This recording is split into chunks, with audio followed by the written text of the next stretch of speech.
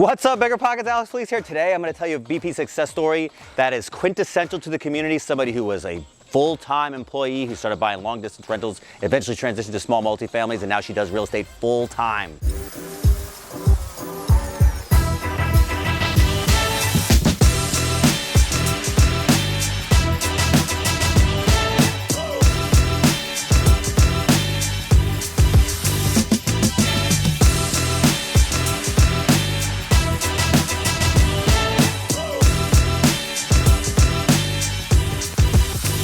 My friend Tanya and I met through the BP forums. Like I meet so many people. It is the best networking that has ever existed on the whole internet. You can learn so much and you can meet these fantastic people. She's going to tell you her whole story. We're going to talk about this deal.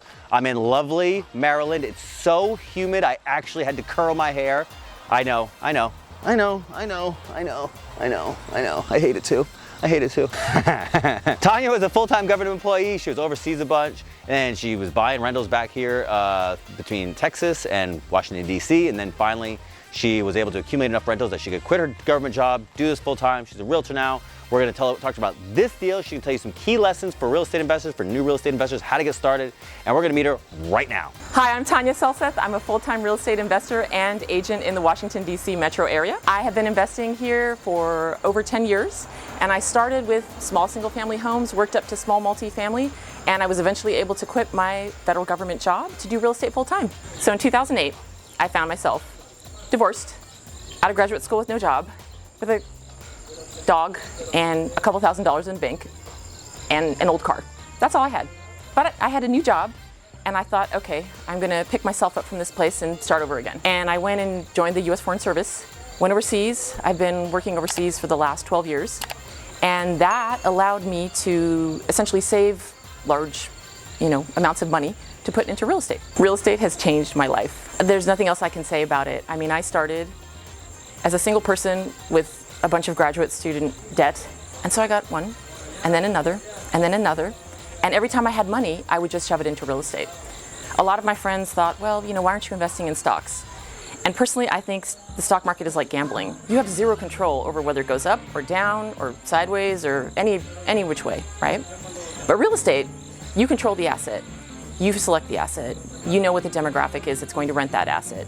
You are sort of the master of your own destiny. I'm here to tell you that I am a BiggerPockets success story, and I can't tell enough people about BiggerPockets. When I started, I knew nothing. I was overseas. I was in West Africa. All I had was my computer. I didn't have real estate meetups. I didn't have networks. I didn't have anything. But I would get home from work. I would be on my little computer, and I would read about all of these stories about people doing really amazing things with real estate. The BRRRR strategy, or seller financing, or flips, or all these things. And I thought, well, that guy's doing it. Why can't I do that too? And it didn't matter that I was overseas. I thought, well, there must be some way of doing this. And so through BiggerPockets over the last 10 years, I've done seller financing, I've done a BRRRR, I've done flips, I've done turnkey real estate investing. I've done pretty much everything that you can do, and all of it, literally 100% of it, I learned through BiggerPockets. There would have been no other way that I would have known about these things. And in a way, even though I was far away overseas with no peer group, BiggerPockets was like my peer group. And I could see these people doing things, and you could ask other members like, hey, how'd you do that? And people would share about their experiences. And that gave me the confidence and sort of the oomph, the chutzpah to go out and do it myself. And I made tons of mistakes. I can't even tell you the number of mistakes that I have made. This is not a perfect process by any stretch of the imagination, but you gotta do it. You have to throw yourself out there. Today, I am happy to introduce you to my lovely 3-unit building in Hyattsville, Maryland. This building had nothing done to it since 1945. Now you're gonna see what it looks like today. Still a work in progress. So welcome to the ground floor unit. I am super glad that you are here now because it doesn't smell like cat pee anymore. There was pink carpet in here, and the lady that had lived here, she had been here for 35 years, and her cats had been here for 35 years too. It was pretty horrific. I love small multis in DC because they work. They're essentially the same price as a single family home that would be really expensive, $600,000, $650,000 in this case. But instead of getting $2,900 maybe a month in rent, you can get $4,500, $5,000, $5,200 in the DC area. People say, oh, that return's not that great, but guess what? DC, we have the luxury of appreciation. So generally all the buildings that I buy in a year or two, $50,000, $60,000, $70,000 more than I bought it for. You can also force equity, which is part of what this building is about. This building I bought through a wholesaler that I found on Facebook. After I found him, I didn't even see the building. I had a friend go and check it out because I was out of town. Had to put the offer in. I used hard money. I used the hard money to buy the property and renovate the property. And I will be refinancing this place. So essentially, kind of like a BRRRR strategy mixed with some other things, but lots of tools that you can all learn about in BP. And that's where I learned them, right? People say, Washington, D.C., why are you investing in such an expensive market? And I'll tell you why. I had a single family house in San Antonio, Texas. It was making me maybe $150 for that single family. Well, guess what? At the end of the year, times 12, that $150 profit, it's not very much, right? I decided actually to sell all of my out-of-state rentals, bring the money back to DC because the appreciation here is fantastic.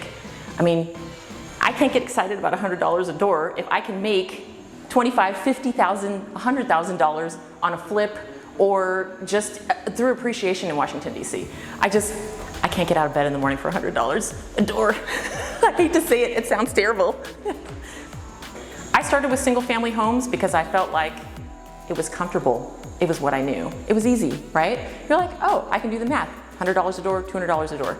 But what I found after several years of owning those types of properties is the returns just weren't that great. It was a very slow path to wealth, right? $100 or $200 a door. I mean, your HVAC dies and there goes your profit for the entire year. And I couldn't get excited about it. For all the work that it takes to get a property up and running, I just felt it wasn't worth it. So I had to go bigger. That's where I started. That's where I got my feet wet and I got comfortable. But once you start, you move on to bigger and better things. You take on more risk. Your skills grow. You can do more stuff. And so for that, I started with single family, went to small multi. I'm actually working now on making offers on commercial deals. So there's a growth path, right? People in BiggerPockets have done it. You can do it too. So now I'm going to tell you a few things that I've learned along the way of the last 10 years of real estate experience. Get started. Just take action. You're not going to know everything before you act, and you're going to figure it out along the way. That is super uncomfortable. Most people don't want to do it. They want to know what's going to happen before they start. And uncertainty is part of growing. Uncertainty is part of this experience. In order to do big things in real estate, you have to lean into places where you feel like you're going to throw up, honestly. Every single time like I bought something that's been beyond what I did the last time, I felt almost sick to my stomach, like nauseous even. And I thought, am I making a mistake? Am I doing the wrong thing? Am I going to lose a bunch of money?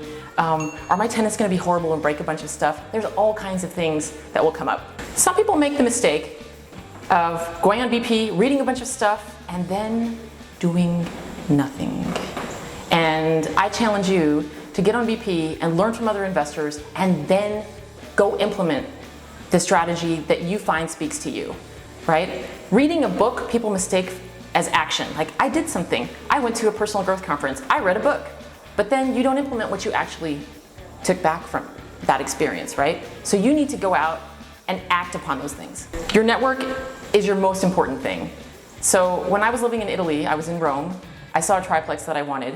And because I had reached out and networked with people on BiggerPockets, I was able to find an agent who helped me purchase this place completely sight unseen.